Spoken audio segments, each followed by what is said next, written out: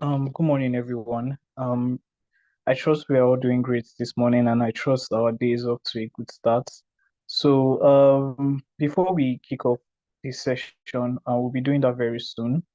Please, I would like to kindly encourage all of us to reach out to our co-mentees, right, to kindly join the course. Class is quite scanty, and we are expecting to have a full session today. So please reach out to as many people as you can so that we can have um, reach out to as many mentees that you can so that we can have a full class. Thank you. We'll be starting anytime from now.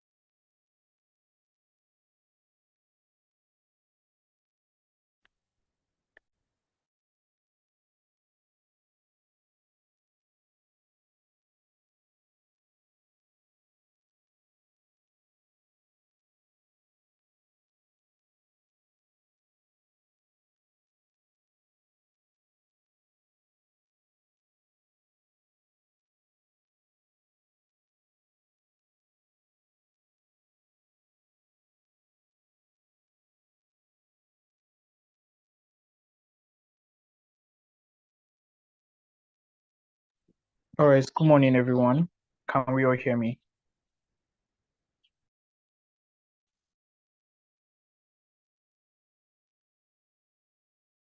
Yeah, good morning, sir. I can hear you, sir. Good morning.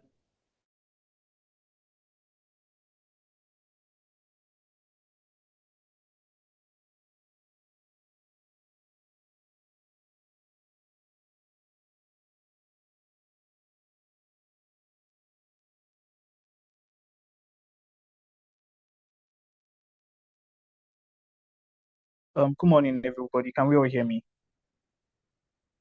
I can hear you, sir. Good morning. Yeah, all right. Thank you. Sorry, my network is a bit shaky this morning, for some reason, but hopefully, it will stabilize throughout the course of, it will become stable, more stable throughout the course of the class. So not to waste any time, we will be starting today's session. Welcome everyone to today's session.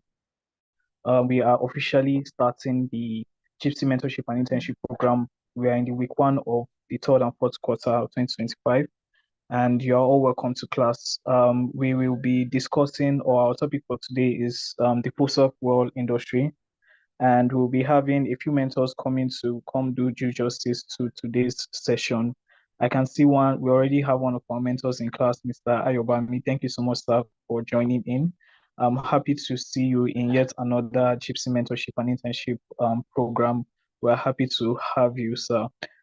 So my name is Dennis Williams, and I'll be helping with the moderation for today's class. So just kindly sit in, and I'm sure we're going to have quite an interesting discourse moving forward. So I'll be going ahead to introduce the mentors that we're expecting in today's class, reading their profiles. If their profiles are significantly long, I will just read a part of it, and then I'll send the whole pile to the group so that you can get to familiarize yourself with our mentors and see who they are and know what they do. All right, so starting off first, I'll be reading the profile of Mr. Amitabh Prasad. Mr. Amitabh Amitabh Prasad is currently the managing director of Cognex Energy Liberia. Mr. Prasad has more than 31 years of experience in downstream petroleum business and has worked for companies like MS Indian Oil Corporation Limited and MS Nayara Energy Limited in important capacities. Mr. Prasad is passionate about renewable energies, in particular hydrogen. He has been recognized for his education of students on renewable energy by American Institutes of Chemical Engineers. Mr. Prasad is a science and MBA graduate with special qualifications in downstream petroleum business. He has attended many workshops on hydrocarbon and has received several awards and accolades in the petroleum industry and wishes to use his downstream petroleum experience to promoting green hydrogen in transport and other sectors to play small roles in enabling the planet to achieve its net zero emission targets. Mr. Prasad believes that West Africa is endowed with a lot is endowed with a lot of renewable, which needs to be harnessed not only for its social economic growth, but also for peace, prosperity of the region. Mr. Prasad recently presented a paper on West Africa's green hydrogen potential in Johannesburg. Mr. Prasad is not yet here with us, but we look forward to having him join in and also hearing from him and getting to hear him present on the fossil fuel industry. Next, a very common and very popular mentor that we usually do have on the JIIPCC mentorship and internship program. A mentor that is very dear to us too is Mr. Okeogene Ubehe.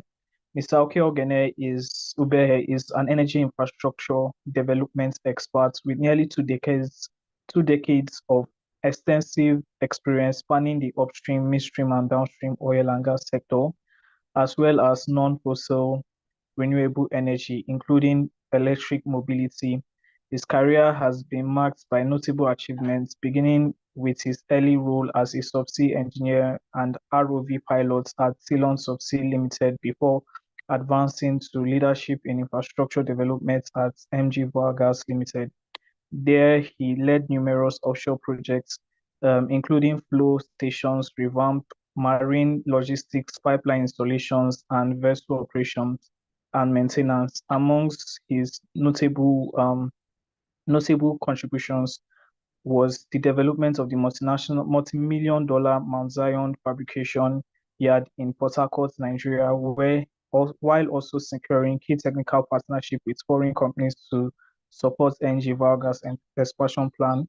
Okeogene was on the hold pivotal on the Sorry, Okeogene went on to hold pivotal roles in Umigini Pipeline Infrastructure Limited and later Energy Link Infrastructure Limited, where he managed pipeline construction, operation, and large-scale crude oil evacuation projects in collaboration with major industry players, including Midwestern, Energia, Pillars, Platforms, Chorus, Ateos, Belema Oil, New Cross, E&P, and Etron.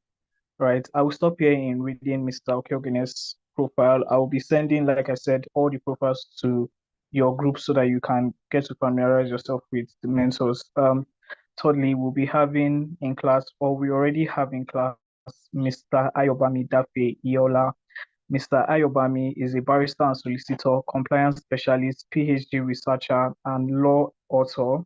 He has experience working in law firms, oil and gas, power and maritime companies in Nigeria and in the United Kingdom, where he gained in-depth knowledge in litigation and dispute resolution, commercial and corporate practice, corporate governance, contracting, regulatory compliance, and ISO internal audits, due diligence, and foreign investment regulation. He obtained law degrees from schools in Nigeria and England and was awarded several certificates from Ivy League schools in the United States, that is Yale University Contract Law, University of Pennsylvania Compliance Programs, and top-ranked schools in the United Kingdom, that is the United University College London, King's College London, the Modern Judiciary, Coventry University Business Strategy. He is a member of several organizations such as the British Nigerian Law Forum, International Association of Marine and Shipping Professionals, International Compliance Association.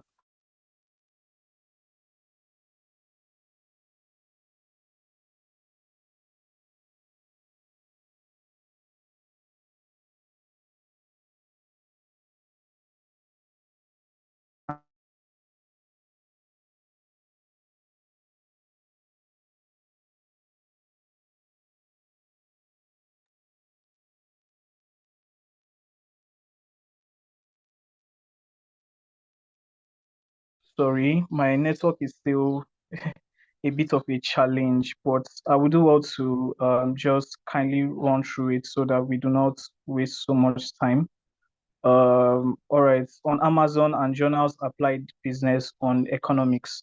New York, New York, titled Companies' Right to Choose Its Nationality, amongst others. He's currently a legal consultant with oil and gas, power, maritime, and cross-border transaction. We are very, very, very, very happy to have you in class today, Mr. Ayobami. Thank you so much for joining in. The last but not least of the mentors that we're expecting in session today is Mr. Etulam Adu. Mr. Etulam is a value-driven production engineer focused on oil and gas production operation, treatment, processing, and terminal export facilities. Since 2010, he has worked with multinationals in various capacities in building and boosting operation output and optimizing production targets. He uses effective systems approach to ensure integrated delivery of production or producing oil and gas facility while adhering to strict HSE requirements and holding asset integrity.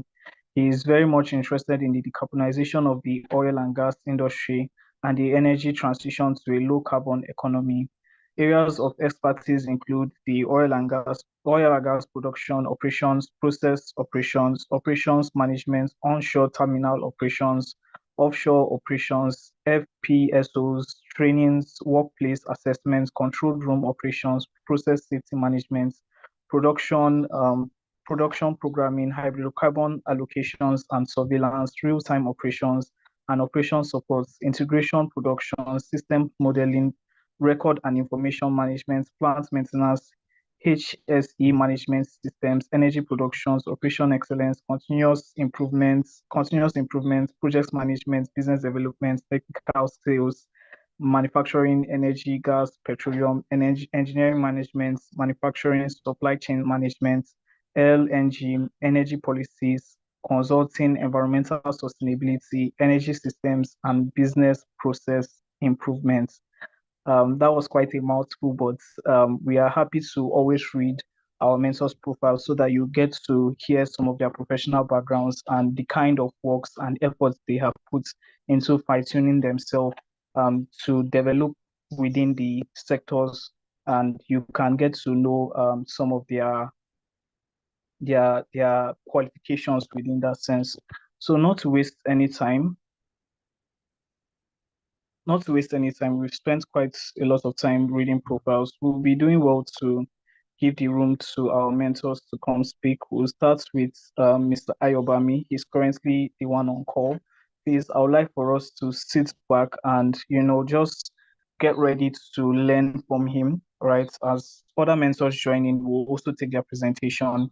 But we would like for you all to also get ready for your presentation, group one and group two. For those who will be presenting in class today, please make sure to get your presentations ready, right? Get your presentations ready. Presenters, your presentation time is 10 minutes. So please, when it is time for you to present, make sure to stick to the time allotted to you. All right. So Mr. Ayobami, you are once again welcome to the session today. And we just want to hear from you in the next 30 minutes thereabouts on what you have for us for this session.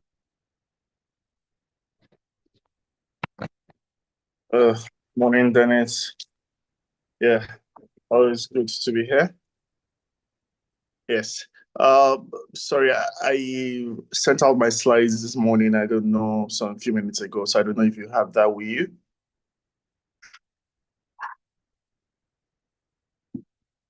I currently don't have it yet, but I will check through the mail to see if I can get it.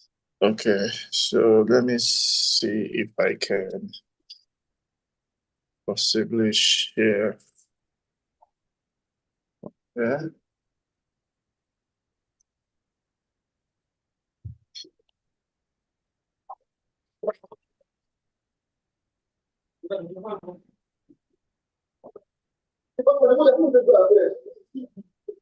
Okay, so I'm actually sharing from another device because I have it.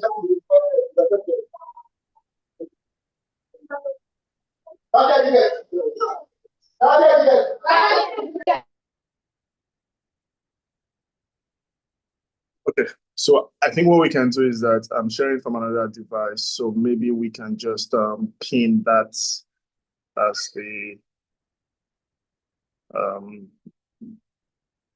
page we use for this presentation. All right, sir. We can actually still see your screen. It's up. Oh, okay. Okay. It's perfect. Okay. So just well, good morning. I mean, it's always nice to be part of JIIPCC every quarter. So and like I always say, I think most people that come for JIIPCC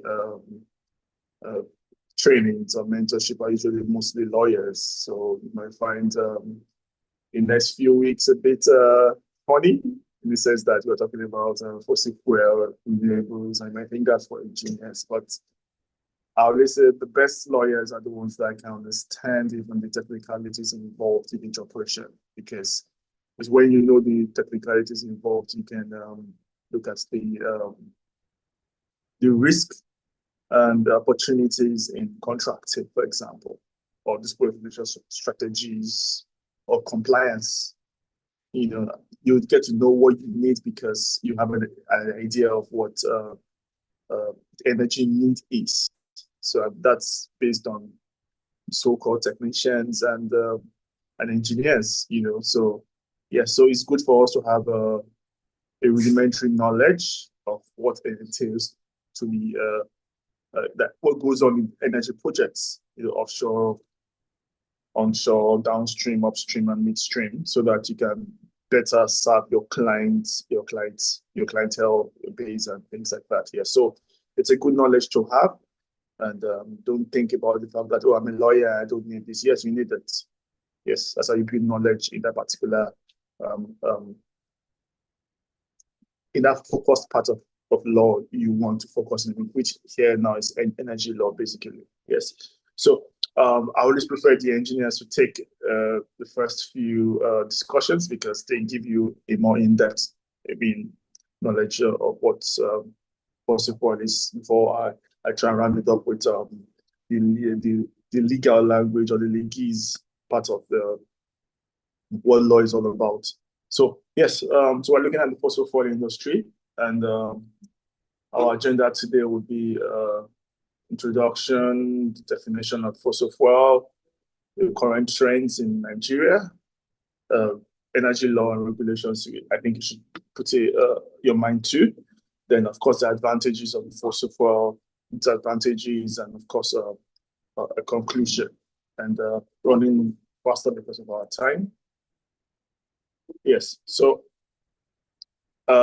energy consists of course, you hear renewable and non-renewable. Yes, and renewable energy is basically the ones that don't run out and they are self-replenishing, you know, and that's wind, solar, tidal, etc. You know, we will do more, I think, in the third week actually on renewable energies. So our focus today is on non-renewables, which is also called fossil fuel energy, and is actually basically from sources that can be depleted. So that means something that cannot self-replenish itself. So once you use it, it's gone. Yes, it doesn't replace itself like we have it in renewable energy. Yes. So, and of course, the energy laws and legislations and judicial pronouncements and precedents on energy practices, and of course, various via the renewable, non-renewable, and all that, you know, the oil and gas, the power. So there are laws and regulations that guide the operations of all of this. And of course, because licenses are involved, permits are involved, and, you know, of course, there are various things like taxation being involved also in that. Going on to the next slide, which is the definition of fossil fuel. Yes, so like I said, it's another time for non-renewable energy, and because fossil fuel has been something we have used and relied on to power economies, to power the countries, to power industries, to power local communities, basically. So it's quite, it's been used for generations, and not really, I mean, and it's always more relied on, I must say, than renewable energy. So it's something that is tested and supposed to be trusted, basically. Of course, climate change experts will tell you that it might not be trusted, but I mean, but based on the fact that we use it more to an extent, most countries to at least this part of the world still rely a lot on fossil fuel. Yes, and then some types are coal. I mean, most likely you hear during this discussion that coal used to be one of the coal has been one of the oldest forms of fossil fuel, and because it's been used power industries in Europe. Even recently, as of the Russia-Ukraine crisis that happened some years ago and still ongoing, Germany actually closed up their coal factories or mines because they thought that they are more renewable now.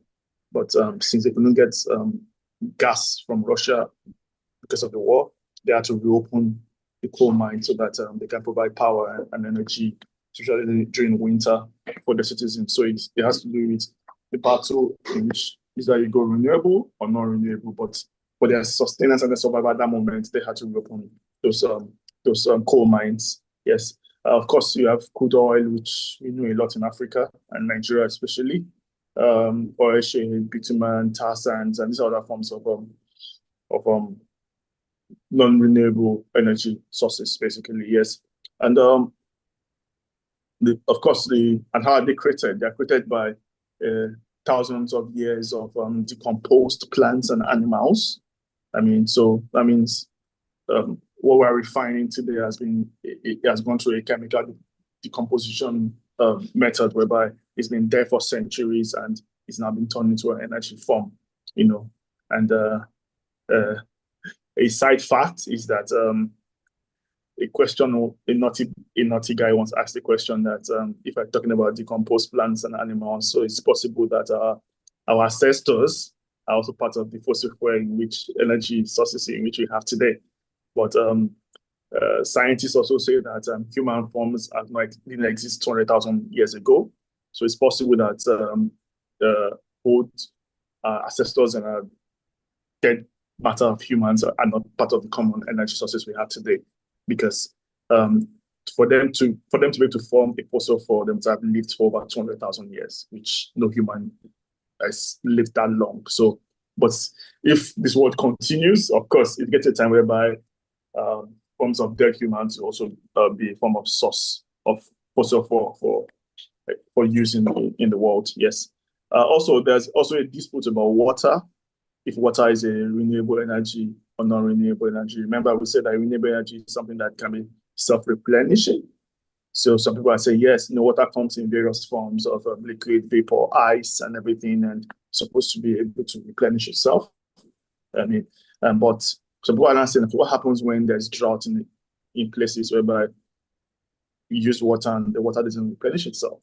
So it's a big argument in which to say if water is a non-renewable or renewable. But most people tend to say it's a renewable energy because there's still water existence around the world. The world is actually made of over 70% of water and 30% of land mass. And so people say that is still, because of that, it's quite better to say that water is a renewable energy. But so also you might not be wrong if in places of drought when you say that it's not renewable. So as lawyers, I will leave it to you to try and debate on your own and find out if you would say it's a renewable source or not. And of course, the beauty about law is that you can choose any position as long as you can logically defend your points and and in a better way, in the sense that you can just say, oh, this is how I present it, this is the precedents, this is the references, and this is how I want to present my debates on this matter. So I'll leave it to you to do that. Yes. The next slide. Okay. Yes. Next strategy. Common trends in Nigeria. Yes. We know that Nigeria relies a lot on fossil fuel, especially in our transportation. That's movements up and down country, and of course, in our electricity also. We also, to an extent, rely on non-renewable energy or fossil fuel. Yes, and even we use the fuel to even run our generators, and in one way or the other, we have become gencos in the sense that we generate power for ourselves. I mean, most people run on diesel petrol fuel generators and everything. So in a way, we generate power for ourselves also. So we use a lot of fossil fuel around us. Yes, and of course, fossil fuel is also a very good economic. It creates foreign exchange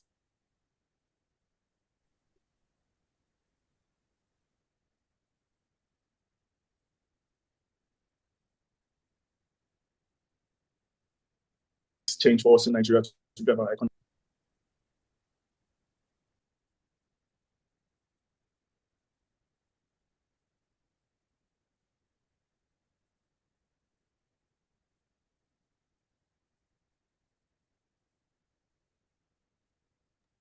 Yes, sorry. No. Sorry, can you hear me? I think I had some interference.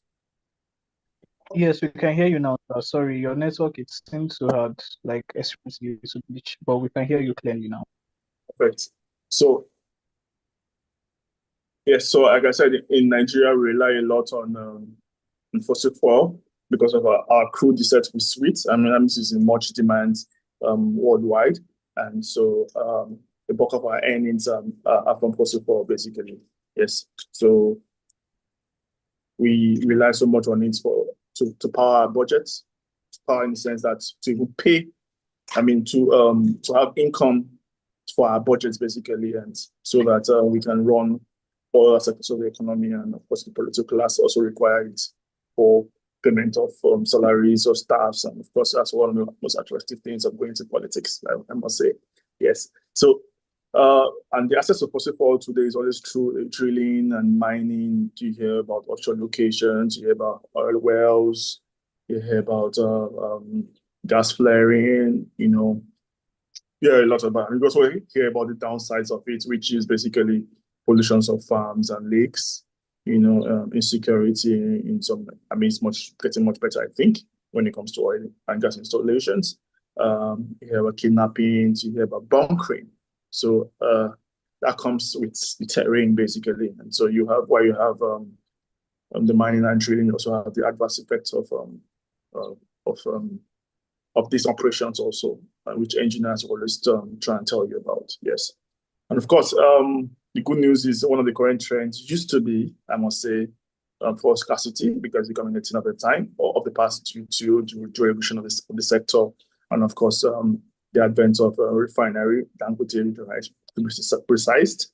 So we have a lot of our for scarcity woes are kind of behind us right now, at least for now, I must say, yes. But of course, we also have, like I said, refineries, a lot of discussions about subsidies, which I think you should read about. Some people tell you it's a scam, some people tell you that it exists. Some people tell you that we're still paying for subsidy, even though it's supposed to have been removed. So it's a whole lot of debate there, which I think should interest you and which I think you should research further on. Yes. And of course, there are soaring and fluctuating prices of petroleum products. Yes, we have seen that now because the market economies and forces of demand and nature takes over now. So you hear that prices have gone down, then they come up and they go down. So that's how fluctuating the prices of petroleum products have been in recent time. And it's normal worldwide, basically. It's just normal. Yes. So next slide. Yeah, on the energy laws and regulations that we have, the fossil fuel industry is regulated by laws and other, of course, frameworks for its operations, licensing approvals, and also fines and other forms of sanctions. Yes, regulatory and these bodies that drive these regulatory practices and compliance practices, and of course, the laws include the NEC, that's the Nigeria Electric Regulatory Commission, which do a lot about power. Yes, regulates power industry. Electricity Act 2023, which was just signed recently. The Ministry of Power, of course, Ministry of Petroleum Resources also are involved. The NNPC Limited which is limited because of the PIA, that's Petroleum Industry Act. the Nigeria Upstream Regulatory Commission, the Nigeria Midstream and Downstream Regulatory Authority also, the NNPC Limited, the FRS also, which of course you know that now it's going to be changed to Nigeria Revenue Service based on the current tax laws we have in place now, and of course the advent of the state and electricity boards, which came into existence by virtue of the Electricity Act 2023, which now allows states to have their own electricity boards, basically, and all of that laws, which I think we would have. I think we'll have more discussions on that. I think in week 5, if I remember correctly. Yes. Next slide now. Yeah, the advantages of fossil fuel. Yes.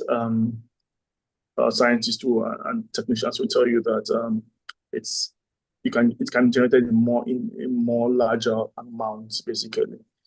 Yes, just like where you have a solar panel in the house and feel that it's not enough.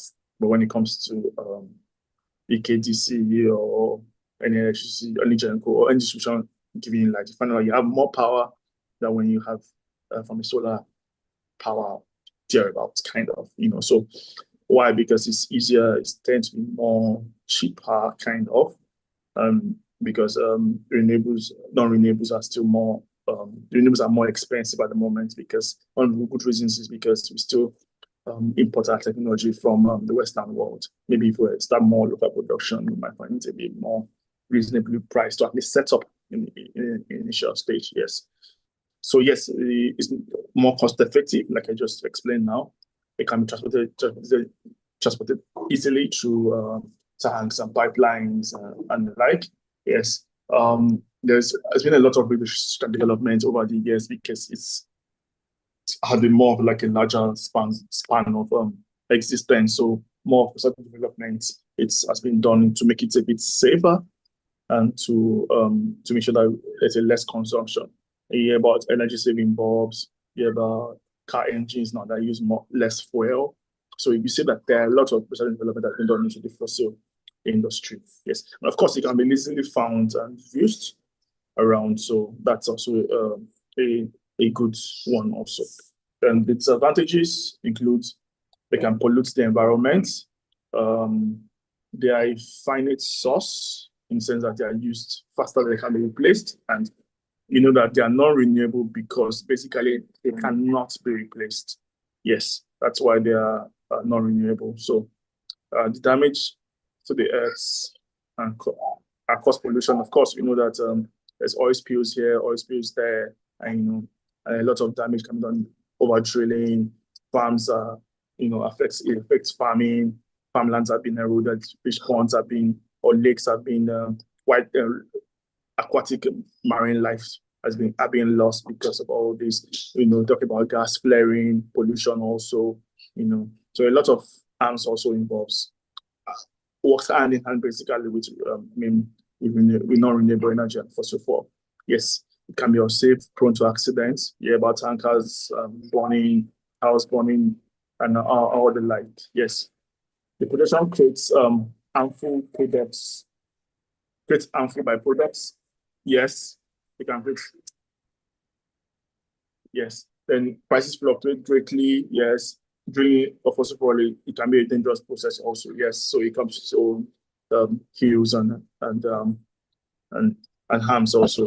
I wish Okeogene was here. So the reason why they get paid the $1 billion or $1 million per day rates is because they try to equate the harm being done in actually drilling all these things. So that's why you hear offshore workers or oil project workers get a lot of money actually. So it's because of the harm they face in this drilling process. Yes. Our conclusion, which is basically that the fact that Nigeria relies on fossil fuel, that's the truth. Because we need the generation of internal generation of funds to fund our budgets, basically. So we rely a lot on it. It's one of the focal points of revenue generation. Yes, we have a lot of taxation going on and other firms not trying to compete with money we get from our oil revenues, but the fact remains that it's still on the topmost funding of our budget comes from our oil revenues. So yes, so why government has long plan towards diversifying to non-renewables. You hear about the 2060 energy transition plan projection, yes, and how we want to reduce our carbon footprint and all that. So it's still a work in progress. In my personal opinion, is that not much has been done in that aspect, but because I mean, we need to create a system and institution around that to be able to rely totally on that and gradually leave the fossil fuel industry. So, but me, I would say that for now, there's a way that both can coexist side by side, where renewables and also non-renewables and also building the renewable aspects for at least a greater diversification for the future. Well, I would say it's a work in progress. Yes. So that's all I have for you this morning. I hope I've been able to add a bit to your knowledge. And of course, I think there'll be questions after we can take and we can discuss further. Thank you. Thanks, Dennis. All right. Thank you so much, Mr. Ayobami, for your presentation. It was very, very nice getting to hear you speak on this subject matter. And I'm sure our mentees were able to pick from and get to learn from everything that you said and shared within class. So not to waste any further time, we are still expecting a few mentors in session today. One or two of them um, gave said they will not be available due to unforeseen circumstances right now, right? So we'll be just walking through with what we have while we wait for others to join. So when they come on board, we'll be taking presentations from them and we'll be getting to hear them speak on the subject matter. But for now, what we'll be going on to is presentations from the mentees. So please, for the groups, for the different groups, sorry, let me try to spotlight my video. All right, so for the different groups, please, you can go ahead and start your presentation. Please, you have well, 10 to 15 minutes each for your presentation, right? We have two groups, group one and group two. You already sent in your works. I'm sure Mr. Ayobami has received your works. He has gone through them and he's eager to hear you give or speak to the presentations you have made. So if we have the group presenters in class, group one, please, the floor is yours. You can start your presentation. Can we have the group one presenter in class?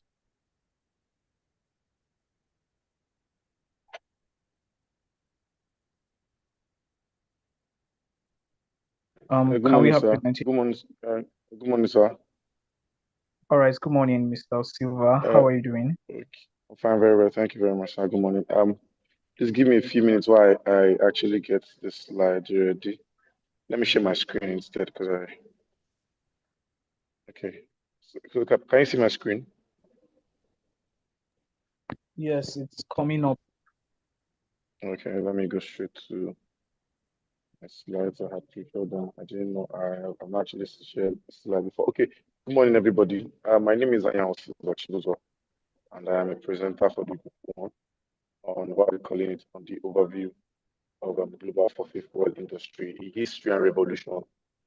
So I wouldn't want to talk much because Mr. Ebram has actually done a lot of work for me already. Because when I saw his slides, I was like, it's almost the same thing of what I'm going to do. So I'm going to just actually buttress, do the little I can, because he's actually my mentor and my mentee in a particular field.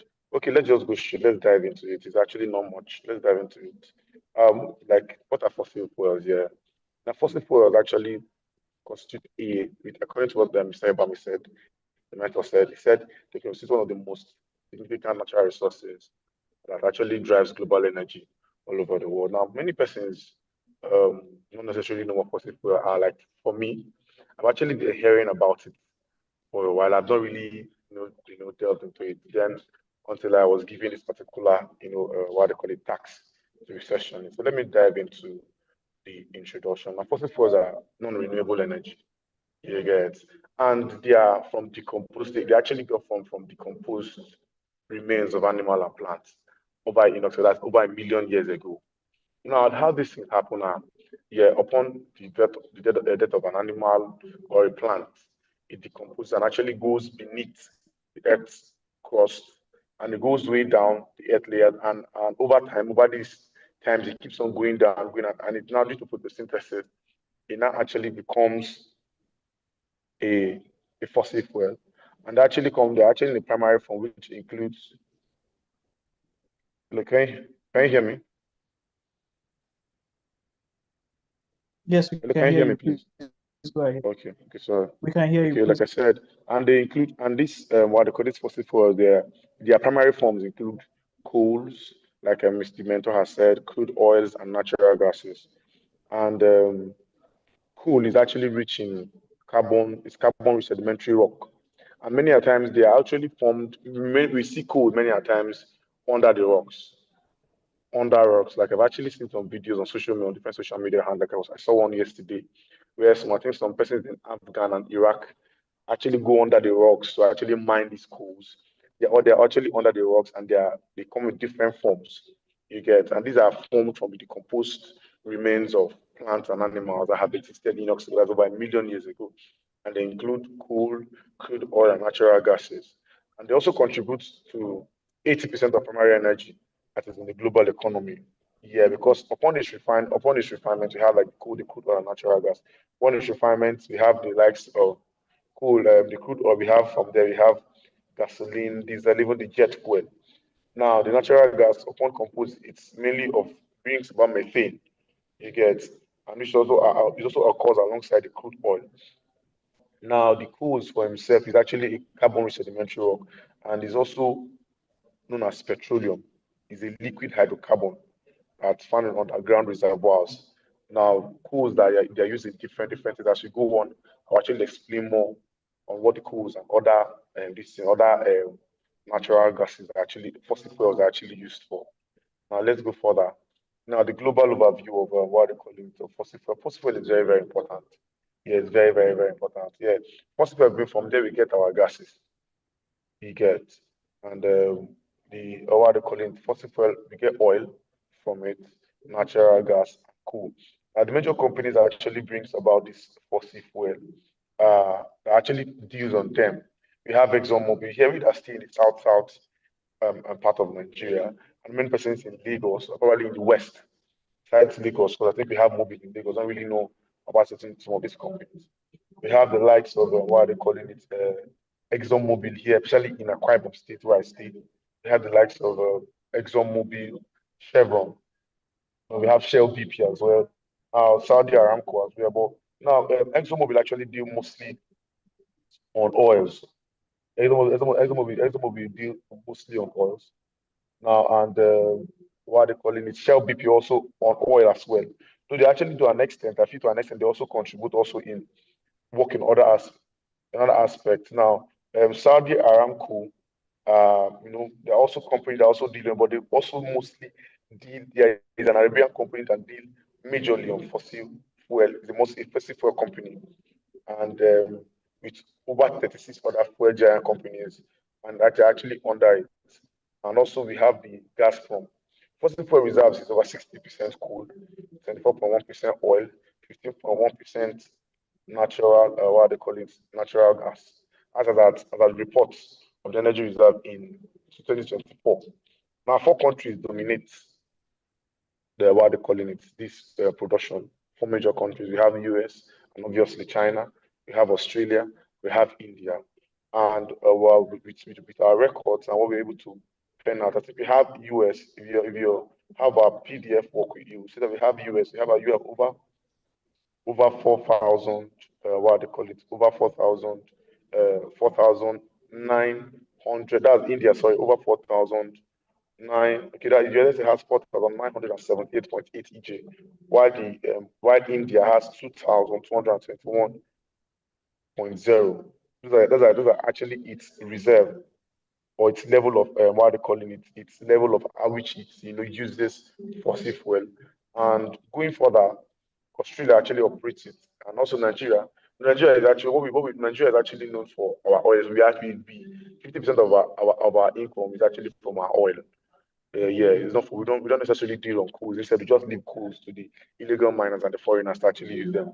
Nigeria is actually 80% of global oil. It's actually 80% of global oil, but Nigeria actually mostly did 50% of its reservoirs come from what they call it, come from its oil export. No, sorry. Going for that, the historical background of what they call it of fossil fuel.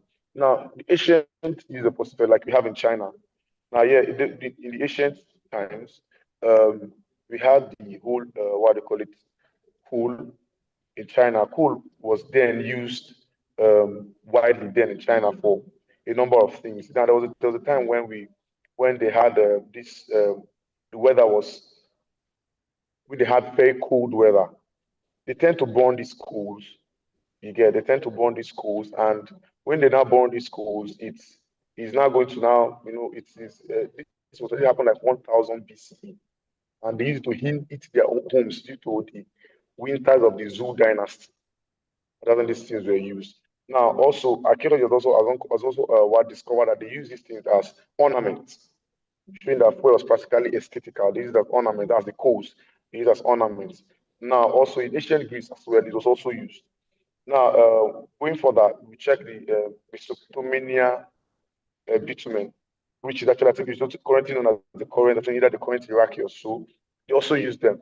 And also in Egypt, they also use it for mummifications. Like I don't even know whether I watched movies like the Egyptian mummies. Now, where they used to preserve bodies, dead bodies, it plays a sacred role in preserving dead bodies, for afterlife. They used to mummify their dead so they were able to resurrect them according to their belief then in ancient Egypt. Now, in Nigeria, in Egypt as well. Egypt what they call it in China. They used it to carry. They used bamboos to carry them, carry natural gases. To boil out salty water to actually create salt, make salt from them. In what they call it in China, they use it when they burn it. They used to burn their salty water to actually generate salt from the water. Now in Nigeria, Nigeria was used as a form of waterproofing to stop oil seeps for canoes. They use the what they're calling it because it's many times it's always very sticky. Especially if you meet a raw crude oil, a very, very good one, it's always very, very sticky. Now they use this stuff to actually as a form of what they're calling it as a form of waterproofing on their boats to not allow water enter inside the boat. While we have what they call it in the southeast in Enugu State, we have what they call it the coals. There's actually one of the largest states. It has a high number of coal production in Enugu State. Now, going for Nigeria, then we had this oil spillage. Nigeria, our things are always different here. When this oil actually spilling, they use it to just make fire. And so that's what the thing now, like our mentor said, it actually brings about, disaster, like fire outbreak. In Nigeria, in early Nigeria, whenever this fire actually, when there's an outbreak of fire, instead of actually trying to quench the fire, they actually worship the fire. And they claim that it's actually from the Persian gods. They actually claim it's from the gods of the land that the fire is actually from, that erupts upon these things when they get spilled. And these are when they are seen in the early times in our communities. Now we've seen coals and we've had them, they've been used in different times to power different things. Then when we had our trains in Enugu State, we used coal to power our trains, to interconnect different aspects of the southeast and the west. We have trains running through Enugu to Aba and the likes of them. So they use these coals then to power this engine in those times. And as we go forward, I want to give us further explanation. Now, the industrial revolution of what they call it of fossil fuel. Now, over time, we first had the what they call it the coal engine, the coal and steam engine mechanization, where James Watt's steam engine. Then where we had this what they call it, these steam engines where they burn these coals. And upon burning these coals, the what they call they are powered by coals and abundance of power drive, and this replaced water. You get, and it was a key source of what they call power before the industrial revolution, with coals and steam engine. What they call it, even industries, actually became power. So their industries started powering their machines with coals. You get James Smart's steam engine actually revolutionized the production, and steamship and trains expanded the trade and travel. Now, upon this steam engine coming into place, we now had, I don't even know whether I've seen it, old movies, like old, what they calling it, old American movies, the foreign movies, the Western movies, where we had this, you see train moving and you see this black smoke puffing in front of the train. These are actually done with coals. These are coals being burnt. The way they are being burnt, they don't actually move and when they are burnt, they become a means of transportation.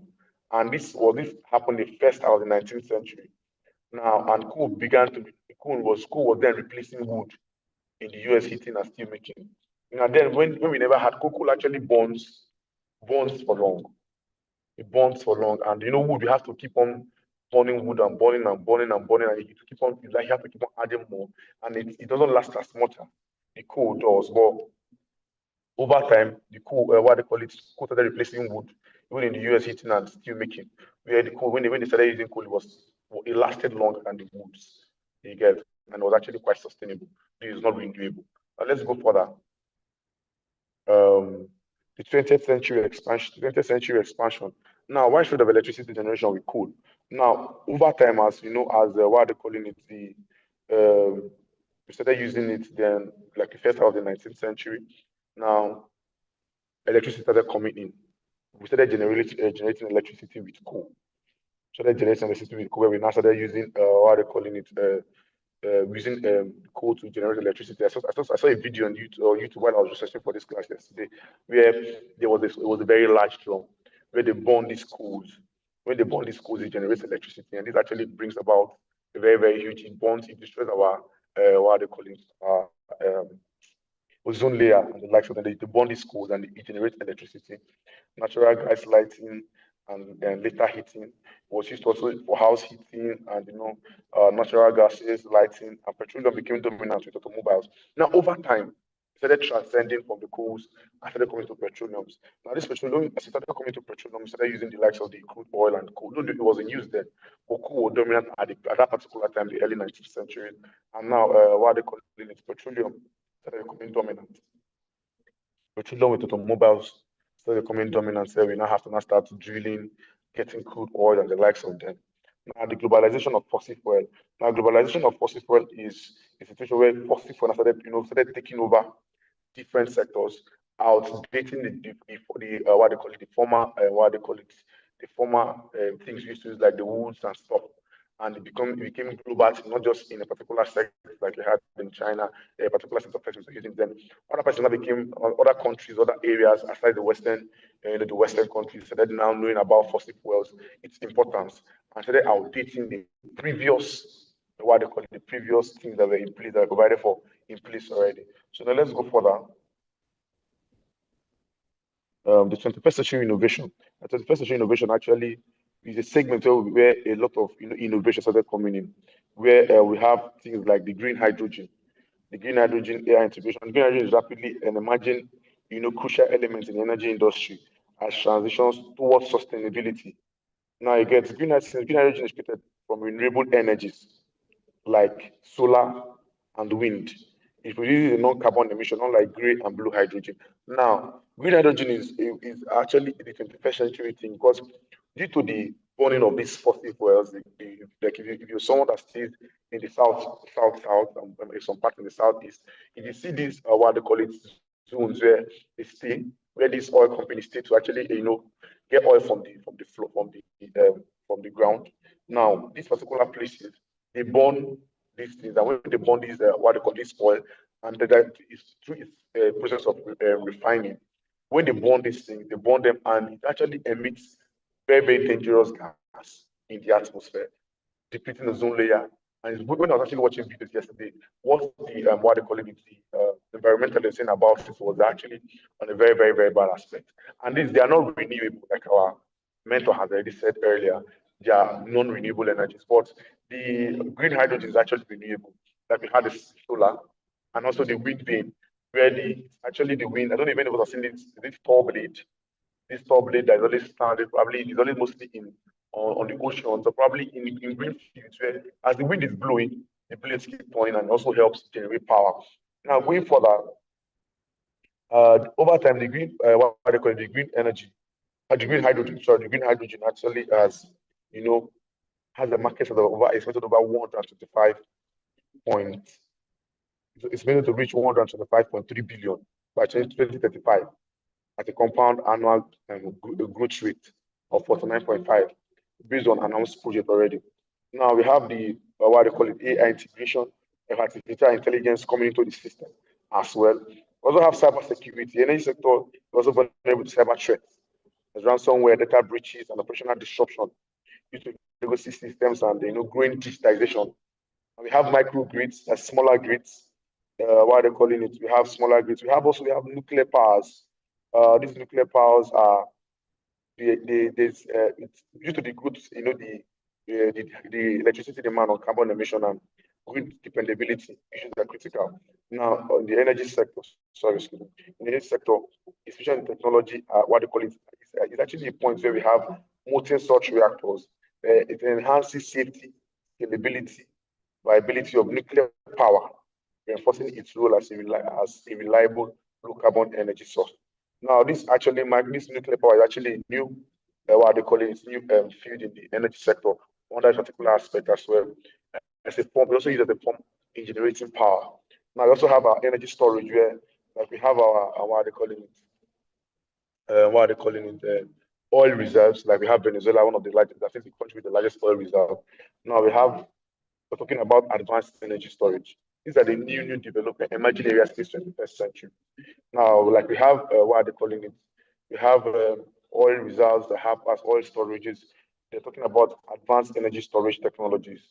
Now, these technologies reduce the peak demand costs and renewable energy intermittency and the system's instability. Now, this energy storage, once you're able to store this energy, you can be able to use them in situations where we have like the what they call it, like our mentor said when he was explaining, he now referred to the Ukraine and Russia war where Germany actually locked up their stuff. As well as there was some countries that threatened because Russia actually supplies energy. It supplies energy to certain countries. A situation where these countries have actually stored energies already. When they have this kind of issue, instead of dependence on them, they can actually now start utilizing once they've already stored already, if they are being stored. Because I know very well they're actually going to be facilities in place in the 21st century to store this particular thing. Now, the environmental concerns we have is in the energy industry is actually a large one. Because we have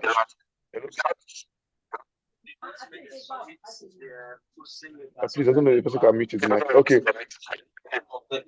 The environmental concerns we have are my voice is can the person mute his mic, please?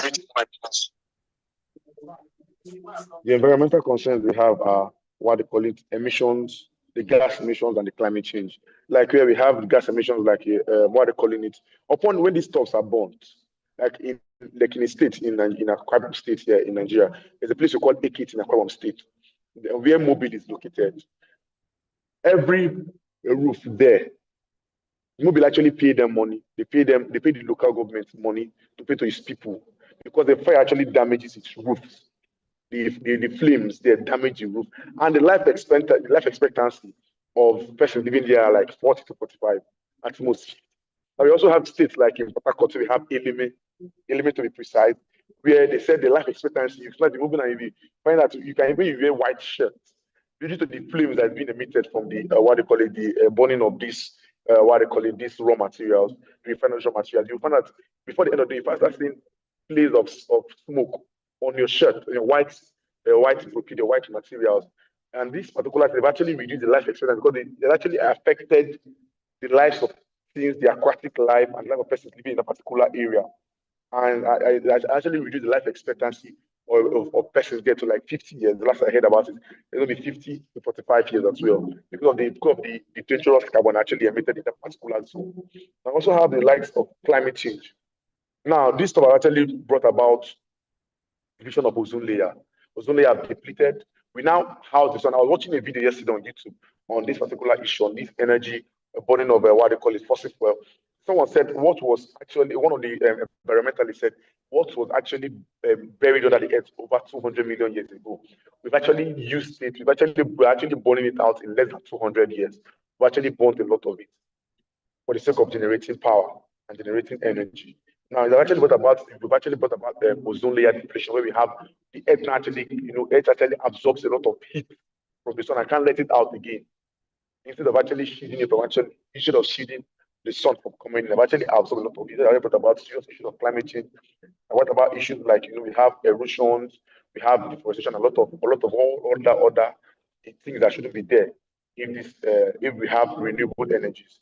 Now we have actually we're now going to level of push for decarbonization as sustainable and alternative. Decarbonization in the sense where we now have we will now want things like We don't want to be burning all these things. Instead, we're not going with the new systems of using the wind vane and also using renewable energies like solar. And it's now going to start reducing the use of all this burning of this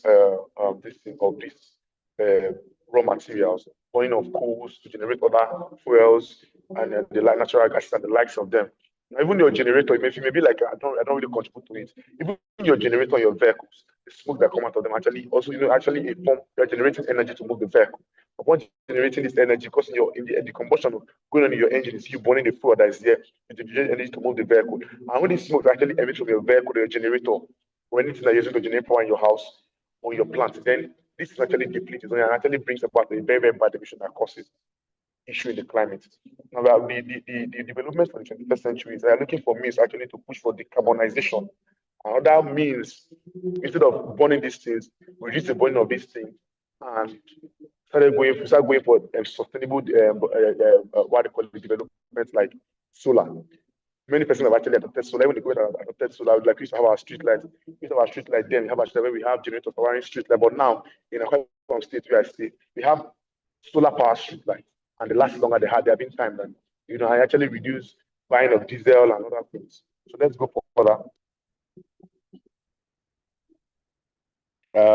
We have case studies like what they call it, Saudi Arabia, which has the what they call it, the world largest oil reserves. We have Saudi Arabia, we have Venezuela, like Libya, that have oil reserves, even Nigeria. Now, but I think one of the largest are Saudi Arabia and Venezuela to have the largest oil reserve. I mean, they're having large oil reserves. Find out that these particular things, they tend to burn more. And when they burn more, though they're generating money for the economy, but still, they destroy the climate, they destroy human life, they destroy aquatic lives. I have China, top coal producers and consumers. China is actually have drifted, or they are drifting away from what they call it the use of oil, dependence on oil because of the politics that is actually in it. They are drifting away from it and now focusing more on coal production and consuming to actually move their what they call it, move their country and economy forward. Now, also we have Nigeria as the key exporter of oil. Even though we are drifting, but it's actually like our mentor said, it's actually a long-term goal. What is not going to happen anytime in the next 20, 30, or 40, 50 years because we're going to put it, we're going to politic it. So we will keep on depending to the next 50 to 100 years in Nigeria. I've seen it out, or I've seen it like due to things already available, except if the world now makes crude useless, which I know to an extent is not going to happen anytime soon. So the next 50 to 100 days, Nigeria needs to be depending largely on our oil export. We have Qatar, a leader in natural gas export. Qatar, as we all know, is actually a country that developed from the desert, has oil, and also have every other natural gas resources. And also they export not just oil alone, but different natural resources. And also they're now also drifting from it and going to renewable energies like we have the solar and the likes of them. Now, the challenges we have the environmental degradation, like I told us earlier, the climate issue, and the price volatility in the markets, the global markets, the price volatility in the sense that we have things like what they call it. I think there was a time when OPEC, which is actually the body instead of regulation of crude oil countries, crude oil selling countries. When I think was it Libya or I don't know the country, Saudi Arabia was actually blocked during Jonathan regime when its price skyrocketed and the likes of them. The price volatility in the global market has actually brought about a lot of issues. It brings this country into recession and bring them out of recession. If you check when the price is then, when Saudi Arabia was actually banned from actually selling oil in the oil markets. Everyone was banned from buying oil from them. The market skyrocketed. Every country was like Nigeria, we were living large. But when they now brought back into the system, the things now actually, went back to a very, very drastic shift. The Buhari period and now the Tinubu regime period. We now have issues there. We are going into recession. We are halfway into recession. We have part of recession. We're in the middle of recession. We are at the tip of recession. So it's actually the global market is actually volatile due to the big risks in the market. Now we have the transition to renewable, what they call it, renewable energy sources. Transition is actually what we are praying for, what we are hoping for. But now transition will not necessarily happen anytime soon because of the let me use the language of what they call it of Dangote. Dangote said the mafia, the mafia in the oil market is very, very strong, and this person earn a lot from this. The countries actually like the likes of Qatar, Dubai, they actually sprang up aside the whole hospitality thing, they sprang up from the oil sector, even Saudi Arabia. So there's no how you can say we'll transition into the renewable energy, but it will take a very long period of time. And we have energy security and geopolitics.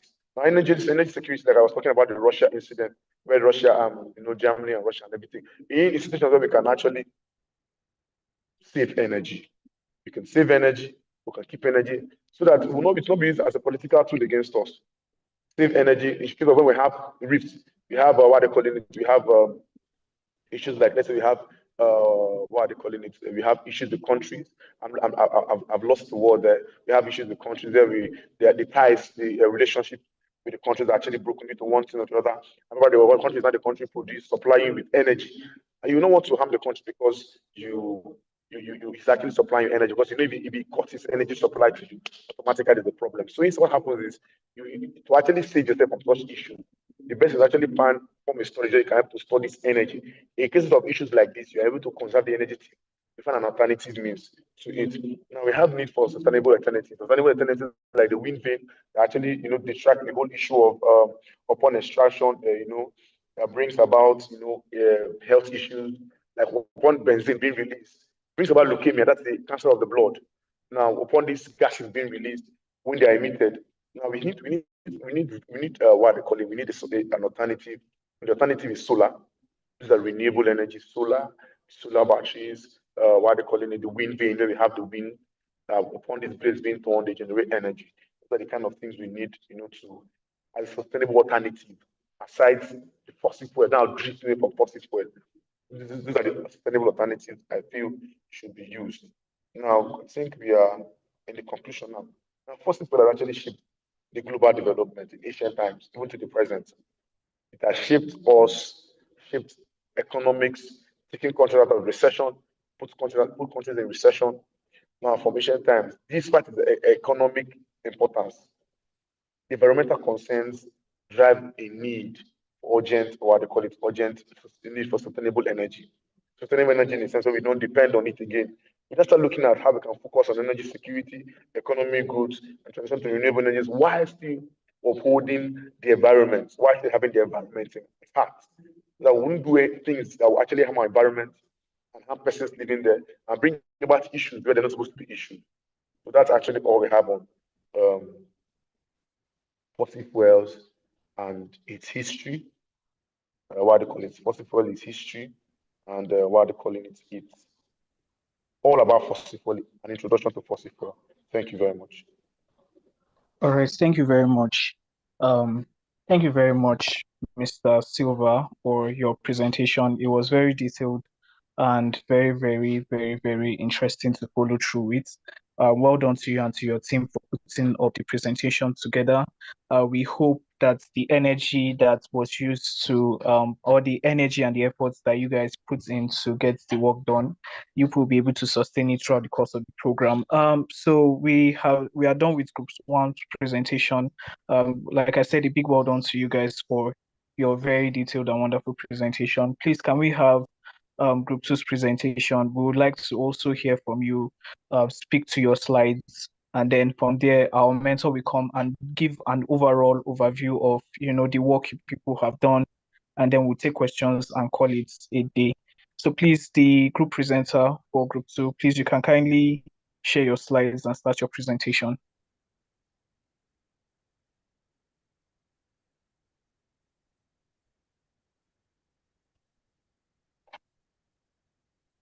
Do we have the presenter for Group 2 in class?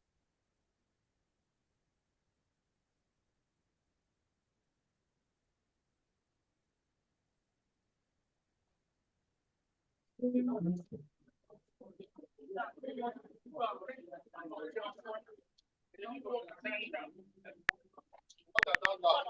have a presenter of Group 2? Please, if you have your speakers unmuted, can you kindly mute your speaker? Oh, sorry. I didn't know I didn't read it. I'm very, very sorry. Please. Very sorry. Yeah, no problem. It's fine. Please, can we have the presenter for Group 2? Sorry, we would want to do that hastily. If the presenter is not available, can we have the backup presenter?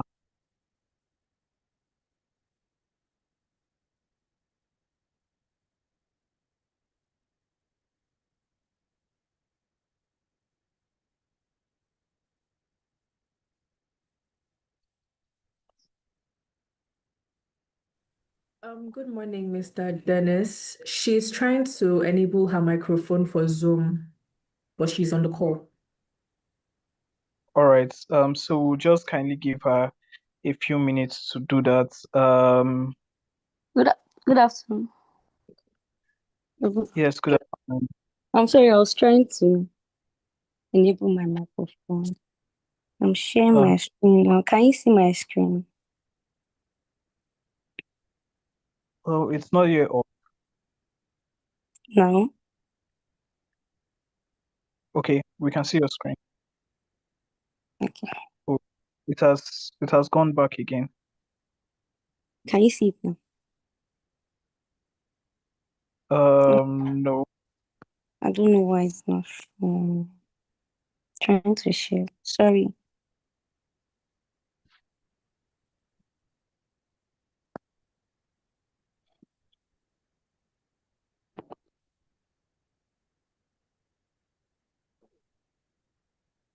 Can you see my screen now?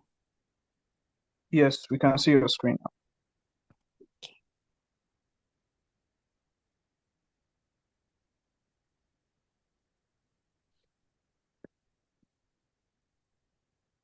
Can you see it?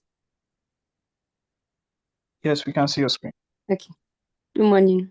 My name is just for me, so yes. Okay, I'm presenting on behalf of Group 2.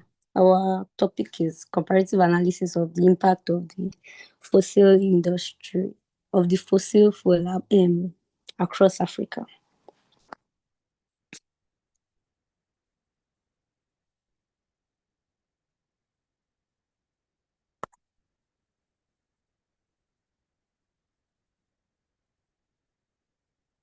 Okay.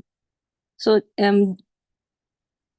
the fossil fuel in Africa is one of the biggest economic drivers in Africa. It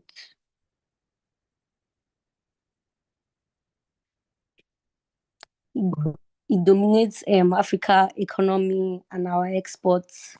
It helps our economy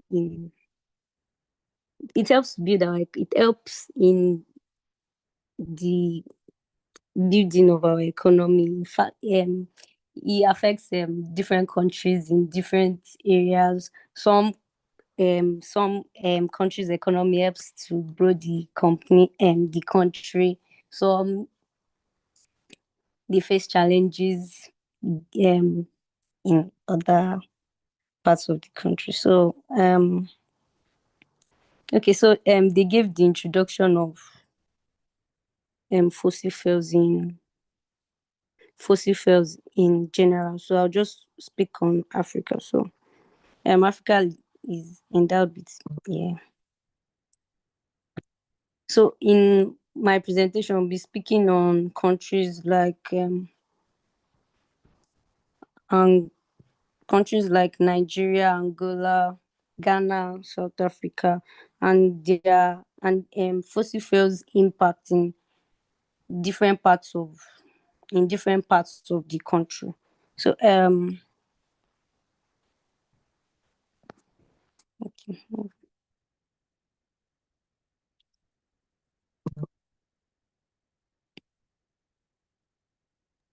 We cannot see your screen, but do not worry. I will try to help share from my end. So you can just carry on with your presentation. I will help share your screen very soon. Okay, thank you. So these resources, they have helped shape the economies of the different countries in Africa. Their the politics and how they come across to the world at large. And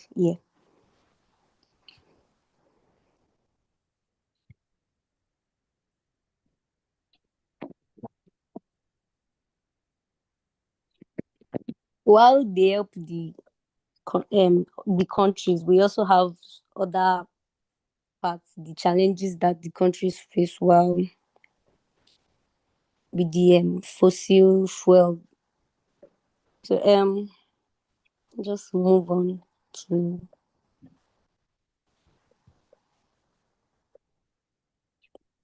If Sorry, please, which slide are you on? the second slide.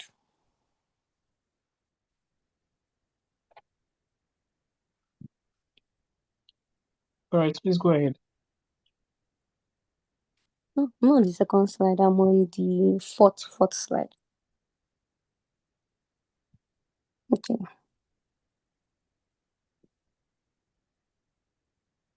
So in Nigeria, you know about the Ogoni land.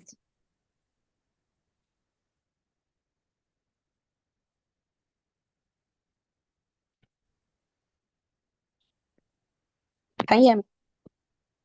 Yes, we can hear you. Please go ahead. Okay. So the impacts of fossil fuel in Nigeria. Let me start from the economic impacts. Nigeria is one of the world oil producing oil producing countries in Africa, and then most of our earnings come 90% of our earnings come from the oil part. We were highly dependent on fossil fuel on the industry in Nigeria, and then it affects the economy, the price, the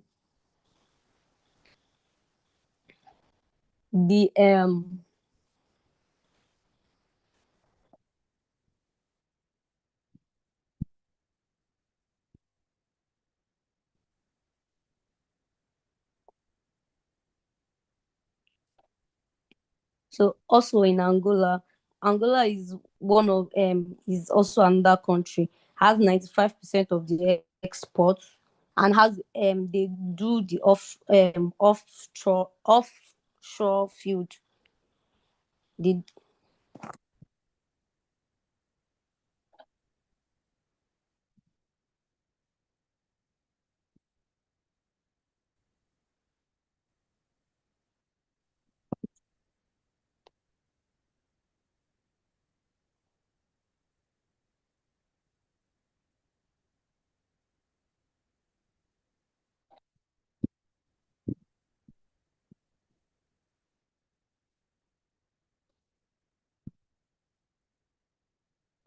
Hello, are you still with us?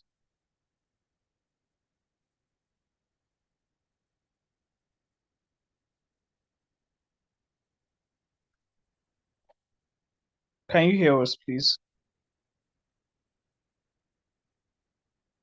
Okay. I want to believe she's having some network challenge, if I'm not mistaken. But can someone confirm that they can hear me?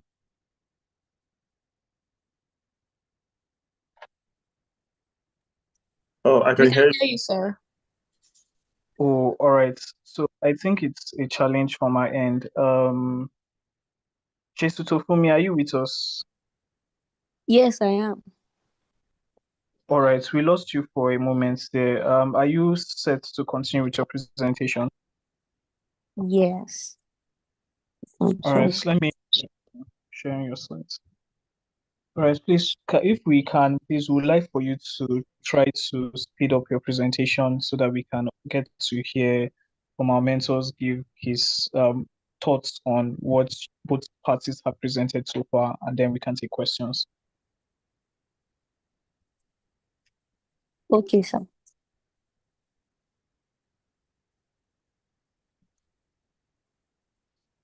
So All right, I move go on to ahead. the social and environmental impact of the fossil fuel in Nigeria. The Niger Delta oil spill, the gas flaring and pollution, how it displaces individuals in the community, and that the in Angola off they do, because of their off because they do offshore digging and all, the offshore reduces spills visible spills, but limits the local development. The community is not the community reduces they are unable to go to the fishery to fish. They're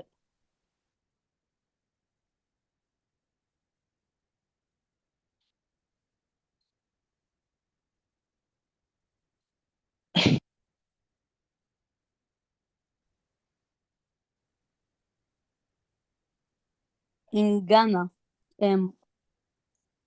there's lower scale since they are new oil producer, their economy, their new And so what they do is when you find out that the first presenter is not catching up, the backup presenter. I may likely be the one presenting her documents too. Can we all Me, hear me? they never give me any role yet. just like That's in Sorry, Mozambique, it's muted. community Articles, investment and insurgency. they call them directory where people go get fast apart from academia, research kits. And the day too, what if you just go get fast quick this thing? And then they say Can we we do referencing and the rest of like formal, they need a formal setting of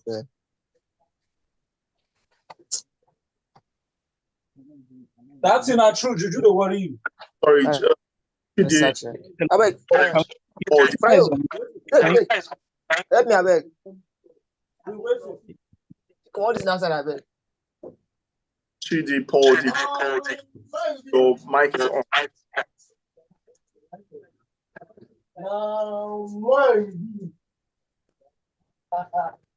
If you get fast, please, where I got us find something I fast something. Copy and paste. Change small things and then. Wicked. Wicked. All right, so please, I would like to kindly ask, please, if you pay attention to what is going on your phone, so that in case if you are by any chance unmuted, so that we don't hear the background noise going on your phone, right? So, please, can we get back to our presentation again? Sorry about that. Sorry about that. Can we get back to our presentation? We want to speed that up so that we don't overshoot our time in the session. Please, you can go ahead, our presenter.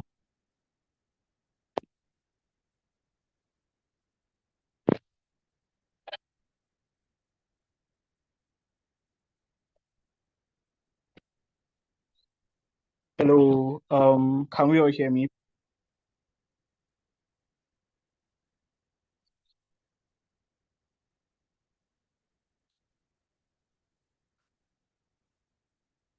Okay, Mr. Ayobami, we seem to be having some challenge with Group 2's presentation so far. So I would just like to call you forth to come and share your thoughts on what you thought about Group 1 presentation, and based off of what you saw from the slides that were sent to you, if you have any thing you would like to adjust or address, and also if you also have any thoughts you would like to extra share in relation to today's class. Back to you, sir. Yeah, thank you, Dennis. Yes, so I'll start with the Group 1 presentation. And excuse me. And I would say I loved the fact that there were a lot of statistics being provided. I mean, it made it more interesting. And since I'm also a history kind of person, I like the fact that it gave us a download of the historical margins. You know, it took us around the world, and that's, I mean, that shows a beautiful research being done for that presentation. Yes, but where I had some few issues is in any academic work you're doing, as long as you're not the one writing offhand all the slides, which like I did, I wrote mine off slides because I try to be more practical in things I've experienced.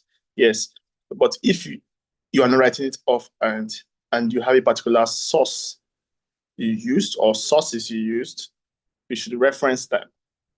Now, the reason why you're referencing is because, one, let me know where you got your facts from, so that I'll make sure that you're not just bringing it out from somewhere. I mean, that is not credible, for example. Yes. And two, it also protects you in case there have been subsequent studies that has proven that what you are saying is now being nullified or obsolete. So it helps protect you that, oh, it might not be I got this fact from the 2018 journal, and maybe in the 2020 journal came about and I didn't know about it. So it helps you in protecting you. So references is quite important. Yes. So always try as much as possible to give reference from, for the statistics on you give references for that, so that we'll know how important a writer, a author wrote about it, and how much credence you should give to that work of research. Yes. So it's quite important. Yes. Also, I wanted to hear more of your own voice. I mean, what do you think? I mean, the beauty about law and research is that even if you saw that materials online or anywhere, you can add your own voice to it. But I think this is good. I think we can combine this writer's thought and that writer thought. So I wanted more of critical thinking and to build up your own voice. Yeah. So I wanted to hear your feelings, your passion, your opinion about things. Yes. So that's why I think you can improve in on that first group presentation. Then also you made a very good, interesting conversation about fossil fuel and climate change. I think we'll do a bit more on climate change and renewables on the third week. Yes. Well, I mean, it's a good discourse to start with. The fact remains is this, and just to digress a bit on what you say, which I totally agree, and from my own perspective, is that fossil fuel is needed around the world. No matter how climate change conferences we have and everything, I know for countries to just stop fossil fuel overnight is economic suicide. So no matter what you hear about climate change, which is also a very good thing to do, the fact remains is that most of the countries are still reliant on fossil fuel. So it's now striking the balance, having targets. You know, you have the EU having targets of 2030 or thereabout. You hear Nigeria having a target of 2060. You hear even companies like Amazon, companies are also giving themselves self-targets. You know, we'll do more of that in week 3, basically. I mean, we'll look at some complaints and maybe some countries also that have given themselves self-targets against all this. So economic factor is major reason why fossil fuel is still in existence, because countries have to run their economy. And until we get to a sense of whereby non-renewable energy and renewable energy and climate change as targets are being close to being met, then that's where we see more of those changes and a total shift. Why some countries will also extend it further, because honestly, you can't tell a man that doesn't have food to eat to go do climate change. That's the reality in practical sense. Yes. And also, there's always a discourse around the world that says Africa is doing less when it comes to climate change. Yes, in the fact that we're not. You can't tell that we can't tell of a country like Nigeria, whereby we have other things that we want to tackle, and tell us that we start giving ourselves ridiculous targets, and which is not, it doesn't work for us because we're relying on fossil fuel energy. But secondly, yes, at one time or the other, we have to have a change of thinking. And the fact remains is that I think we need close to $400 million to meet our 2060 targets. And that means, you know how much we have to do, start writing our budget every year. Of course, I don't think a single penny is being towards climate change in our budget, because that's not our priority. But so also, there's a wrong narrative being peddled in the world, saying that Africa is the cause of climate change, or developing countries, which is wrong. I don't have statistics here, but you can research more about it. It'll tell you that the Western world actually the greater emission, they give the greatest emission of CO2 into the atmosphere. So we don't even contribute that much to climate change. So maybe when the superpowers of the world start less, CO2 emission in the country, then you will see more. So Africa, we don't do as much as others in the world. That's the reality. Yes. So yes, I like that discourse. I think it's something that we should keep thinking about, and maybe we'll discuss more about it in week 3. Yes. So that's a very good, and the presenter was good. I liked how he spoke. It showed that he had the knowledge about it. So it was convincing to me that he knew his onions. So good work from the group 1. On group 2, yeah, I mean, I will always say that as much as possible, always try to have a trial run on your presenters. Yes, I think she was a bit shaky, I must say, but hey, it's a learning ground, so it's good. I mean, all of us have always been at that stage one time or the other, so we can always build on that. So it's better when you have a trial run with your group, then it prepares you further for the real deal, basically. And so then I think she also had network issues also, so that contributed to some of our slow speaking and all. Yes. Then I think she sounded more like I was reading it. So I think it's good if we also try and know what you're talking about, so that it's not about the slides are to guide your thoughts, not necessarily that you have to read it. Yes. So what I think mentors will want to see is just the fact that you have a grasp of what you are saying. I mean, you research to know, not research to necessarily present per se. Yes. So that's it.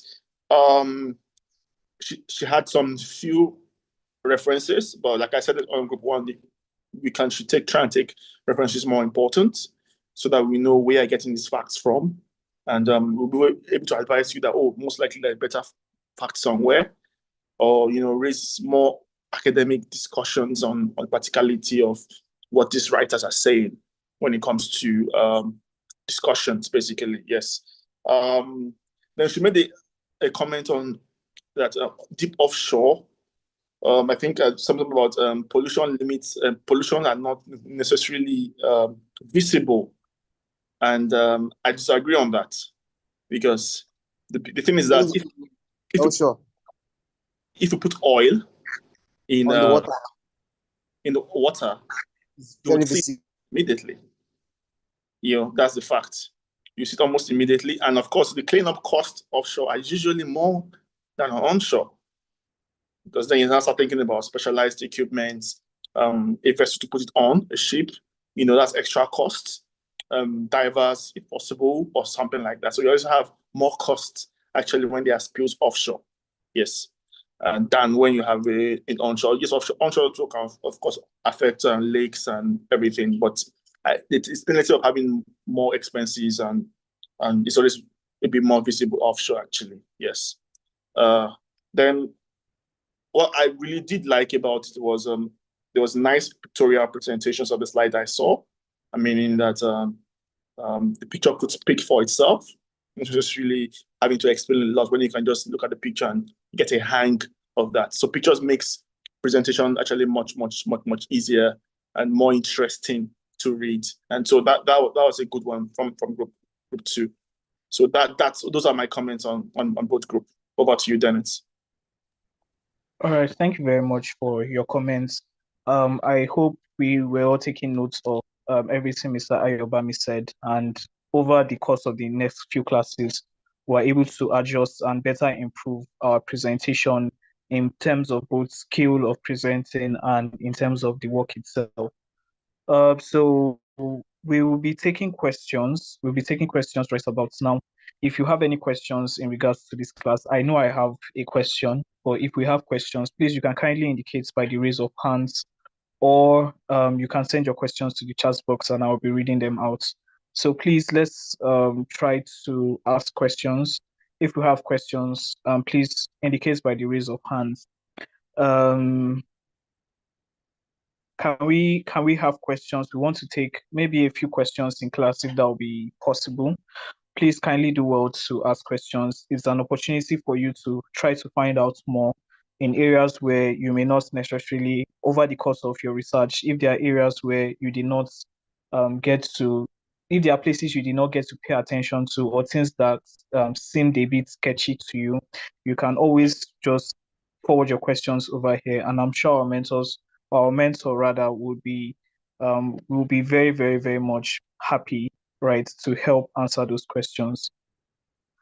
But while we are waiting for an answer to, or we are waiting for questions, I have a personal question of my own, right, which I'll be asking now. My question is, there is a rumor, right, currently that about the proposed increased 5% tax that is going to be charged for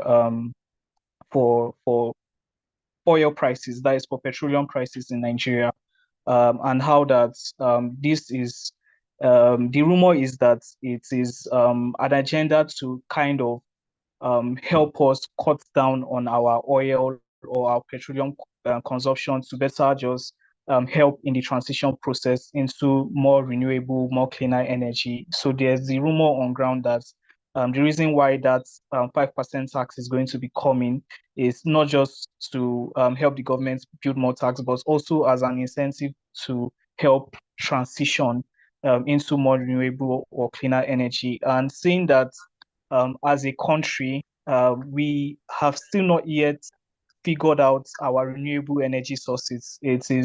We are still fighting within the grounds of renewable energy. What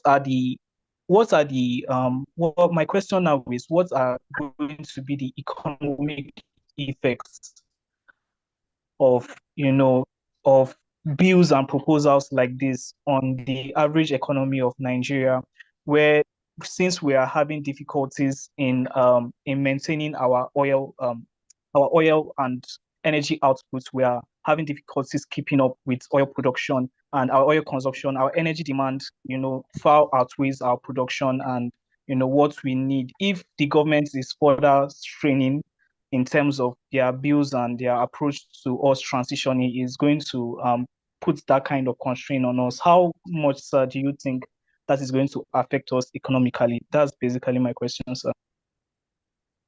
Okay, thank you, Dennis. The beauty of it is that you asked the question, I think you've answered yourself. Yeah, but let me just add some few thoughts on that. Yes, there has been a proposed 5%. Some people say it starts from January next year, where the new tax fiscal policy should start, basically. But I think the president of tax reform, Taiwo Ejele, was saying some days ago that there's actually no timeline yet when we'll start. That's I think I read this somewhere. That's it. They said that, basically.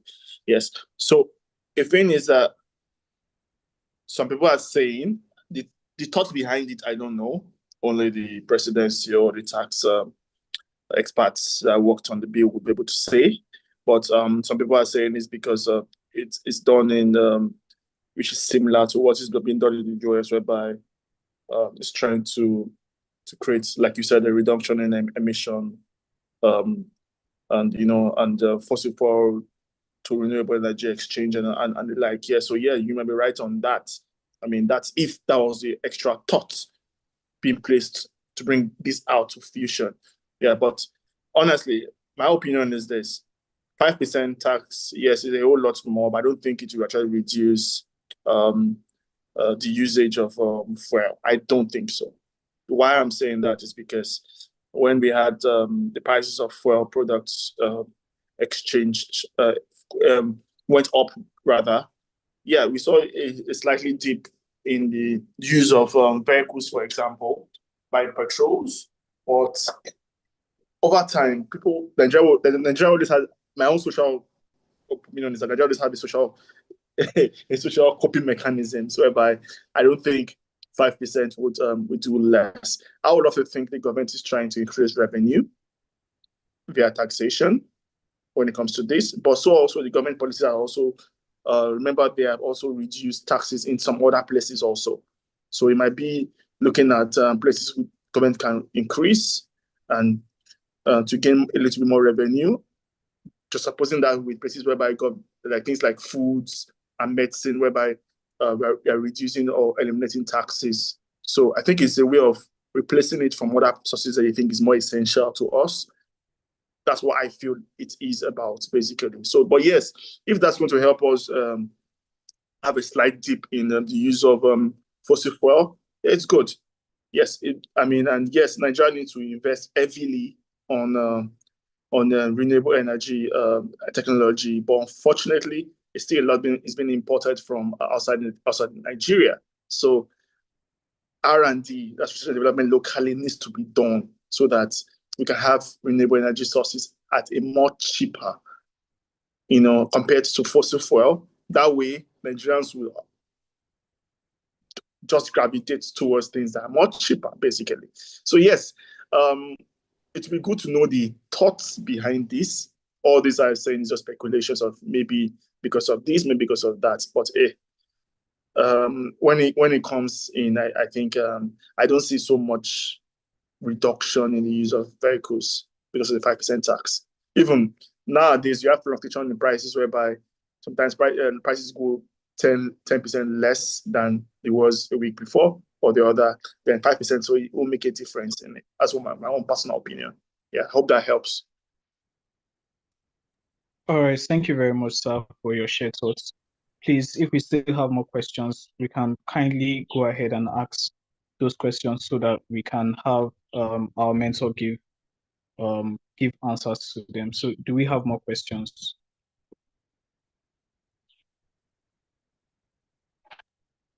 All right, Ifoma, I can see you with your hand. Please go ahead and ask your question. Okay, yes. Good afternoon, Mr. Ayobami. Thank you for sharing your thoughts with us so far. My questions pertain to the slides you shared with us, and that was under current trends when you were saying that fossil fuels like the crude oil exploration like forms the bulk of Nigerians' economy earnings. So I wanted to know, is there a specific reason you termed it sweet crude oil exploration forms? Or I don't quite know. Like I just saw it and I was like, is there a particular reason you're terming it sweet crude oil exploration forms? And then I didn't get the energy regulator or regulation that you said was going to be modified because of the new tax laws when you were speaking about the laws, the energy laws. So those are my questions. Thank you.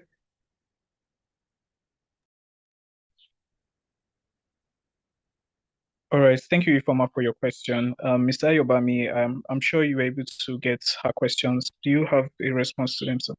Yes, I think you mentioned something about sweet crude. Yes, and they are sweet because there are various types of crude, and various countries have different kinds of crude. Nigeria even has quite a number of different kinds of crude, but majority of our crude is in high demand because it has a low sulfur content, basically. So it's and that makes it much, I think, easier and cheaper to refine.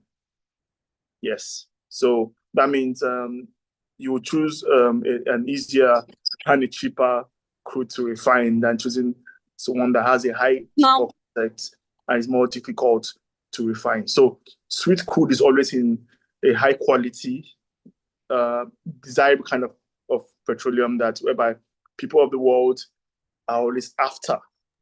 So Nigeria's crude is marketable. It speaks for itself, basically. It's just because it's easier and because of the low sulfur content. So that's why it's sweet. So it's a term being used as sweet in the energy oil and gas space to know type of crude you're buying, basically. Yes. Then on taxation, yes. Sorry, can someone is talking? Can we kept on mute, please? Thank you. Yes. So on the taxation, yes, even the PIA, that's Petroleum Industry Act, brought up some hydrocarbon taxes, for example. Even changed the existing tax regime we had before the PIA. So, and these current policies also, that means sometimes tax laws even goes ahead to change, to amend what you might have in a particular industrial law. So yes, so there's always a taxation involved, and taxes particularly tell you that in some particular industries, these are the tax that you have to pay. You know, I mean, in maritime, for example, they will tell you that there's Cabotage Act, the Cabotage Tax, Bachelor of Cabotage Act 2003. You know, which says that 2% of all cabotage trade must be paid. You know, so into a cabotage vessel financing fund. So there are sectorial taxes different from the normal personal income tax or company income tax, you know, withholding tax, VAT. You also have sector-specific taxes. So I think we might do a bit more on that under week 5 when it comes to compliance regulations also. Yeah, so whereby you might not have a bit of an idea of what taxes that entails in the oil and gas and power and I mean sectors of the economy. So yes, that's where taxation comes in. So in anything you are doing, even outside in energy taxes, sometimes you hear consumption tax or something. There's always taxes that's in FCGMB, fast moving consumer goods sector. So there are taxes that entails in each of sectors you are in. So it's something that you should just have behind the back of your mind here, which is different from the broad taxes we have across all sectors. Yeah. I hope that helps. Yes, thank you. Like I meant what are like the new tax law, like brought in like any new changes to the already existing like tax regime or something. Yes, in the energy sector, you mean? Yes. No, so far I haven't seen any. Yes, yes, I haven't seen any so far, except from the one that we're just talking about, 5% on the on fuel purchase. Yes, but but why it might not be specific, it's possible that because, like I said, if you have things that has to do with VAT, that has to do with withholding tax, it goes across all sectors. So why it might not be sector specific, it might be across all sectors. Yes. So you might not see a total change in the Petroleum Industry Act, but it might just be by virtue of you doing business, not necessarily oil and gas business. Yes. So that's it. But I feel more clarity we'll have more clarity starting from January next year. So we'll know and of course there will always be litigations and cases in courts on this, because we also always have multiplicity of taxes across sectors and everything, which might just be too much. So sometimes we actually don't really know the effect of it until when we start the practical usage or practical applicability of those taxes in our operations, basically. But for now, it seems okay, but nothing is being done for now. But by January, we'll know more about it. Yeah. I hope that helps. Yes, it does. Thank you. You're welcome. All right, thank you very much, sir. We'll be taking a second question. I can see Marvelous, your hands are up. Please, you can go ahead, unmute and ask your question.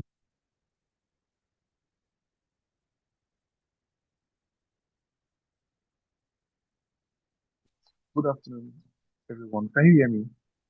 Yes, we can hear you. Good afternoon. All right.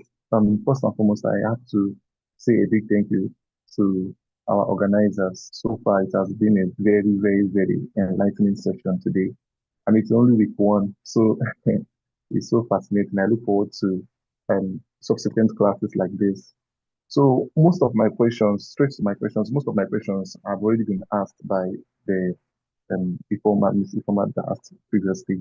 But I am particularly interested in understanding how the OPEC regulative prices, how do they regulate their prices? Because when Group One, when they were presenting, they did mention something about OPEC, yeah, and we know that OPEC is the largest oil regulatory body in the world. So Saudi Arabia, Venezuela, we understand that they are also the highest producers of crude oil or petroleum as the case may be. And Nigeria is not so far behind. So I want to understand because when you look at this, the economies of Saudi Arabia particularly and Venezuela, although we know that Venezuela is in decline right now economically, but using Saudi Arabia as a case study now, we know that they are heavily reliant on fossil fuels, especially their crude oil production. And Nigeria, they are also very heavily reliant on that. But when you look at the disparity between the both of them, it looks like Saudi Arabia, they make a lot more from this than Nigeria does in the international market, oil market. So I want to understand how the regulation like of these prices work because, for example, Nigeria produces up to 1.4 million tons every day, barrels, sorry, every day. So Saudi Arabia, they also have theirs. I want to know, is it that the prices are the same? I want to really understand how this regulation works with OPEC. Is it that Saudi Arabia makes more and Nigeria makes less, or is it equal? Is there an equal distribution? I want to just understand how the regulation works. Thank you very much. That's my question. Thank you. Okay, thank you. I would say this. So OPEC is just a group of countries coming together to try and decide energy-related decisions in the world. So it's a power block, just like you have NAFTA in North America, you have ECOWAS, you have various G7, G20. All of them are trying to see how they can control the economies of the world. So OPEC was formed together so that this group of people can decide, if possible, break and decide the prices of oil in the market. So of course they have countries that like USA is not a part of the OPEC that will try and see how they can have more say in energy. So it's like a civil union trying to see how they can gain.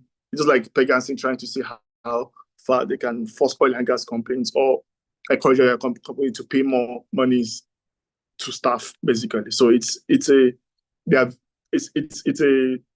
body of persons trying to gain control of it. So yes, they give quotas to member countries, and they also try and fix or try and encourage members of countries to a particular price regime. But the fact remains is this: sometimes the prices are high, sometimes the prices are low. So that means, and that's where economies of scales come in, demand and supply. For example, hypothetically, OPEC can say that maybe, for example, America is making more money in oil and gas than we are doing, and so they reduce their price, and everybody leaves America and start buying OPEC countries' prices. That way, they sell more, even though at a lesser price. Yes, and a country like Saudi Arabia now, for example, or Nigeria as a member, the volume allocated to them determines how much they make in prices. So maybe 2 million barrels, maybe Saudi is having 6 million barrels, for example. Even though we might sell the same price, the person that has 6 million that is drilling more gains to make more money more. So look at it as word politics, whereby some people are trying to come together and lay hold on control of the energy and the oil and gas prices and oil and gas production in the world. So that's it. So it's just an economic of scale, demand and supply that determines the pricing and how many barrels each country can, also based on the capacity, the particular oil reserves in that particular country. So that's just, so it's an economic and a world political move, basically. That's why the organization is set up. Yeah. So I hope that answers your questions. Yes, sir. I think I got a lot of things. Thank you, sir. Okay. All right, thank you very much. Thank you very much, Mr. Ayobami, for helping us answer those questions. If we still have any questions, we have room to take one more question. So if you still have a question you would like to ask, you can do that to raise your hands and we'll take them.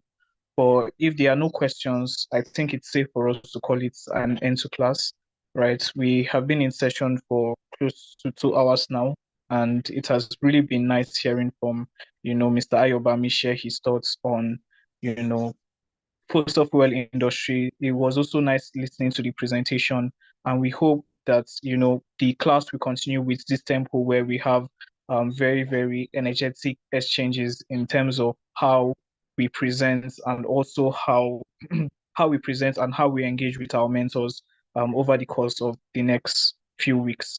So not to waste any further time, I think we'll be taking or we'll be having our picture time. So please, if you can, I would like to ask that we turn on our videos so that we can take a quick screenshot of today's class, and then we can just call it a day. So please, if you are available to turn on your videos, I would really appreciate. Okay, I can see someone raising their hands, Mr. Paul DK. If you have a question, you can go ahead and ask. I just wanted to ask, I remember in our onboarding section, I made an appeal if there'll be any material drop for us by our mentor. And then I also want to know how we get the materials of the slide of group 2, because we are in group 1. So we could, check their presentation since they couldn't, I don't know, maybe as a sort of network hitches, but even at that, I don't know if there's a way we could also get it. Then another question is with respect to the filling of forms for attendance. Yes, the attendance form. I don't know. The last one we attended, the onboarding meeting, I don't know. I didn't feel. I don't know if it will be sent to us in our mail or stuff like that. I don't know how it will be, the process for it. So these are the few questions I have. Oh, all right. So those questions directed to me, obviously. So for the materials, for the presentations, they'll be sent to your group. Everything that you will need will be sent to your group after this session. Attendance and other things, including materials, profiles, anything that we have access to as tied to this class will be sent to the group. So directly on the main WhatsApp group for the energy class, you'll be receiving all those things there. So you don't have to worry. You will see them on your group. You will not be receiving them through mail. I hope you are clear. Yes, sir. Very clear, sir. Oh, all right. So please, back to our picture time. Please, if you can, turn on your videos for our mentees. Let us take a quick screenshot and then call it a day.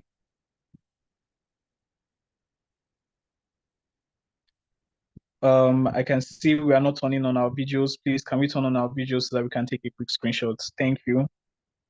As you comply.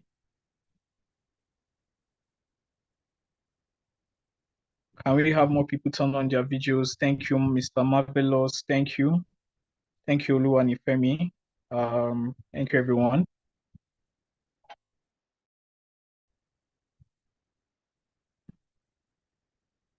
Okay.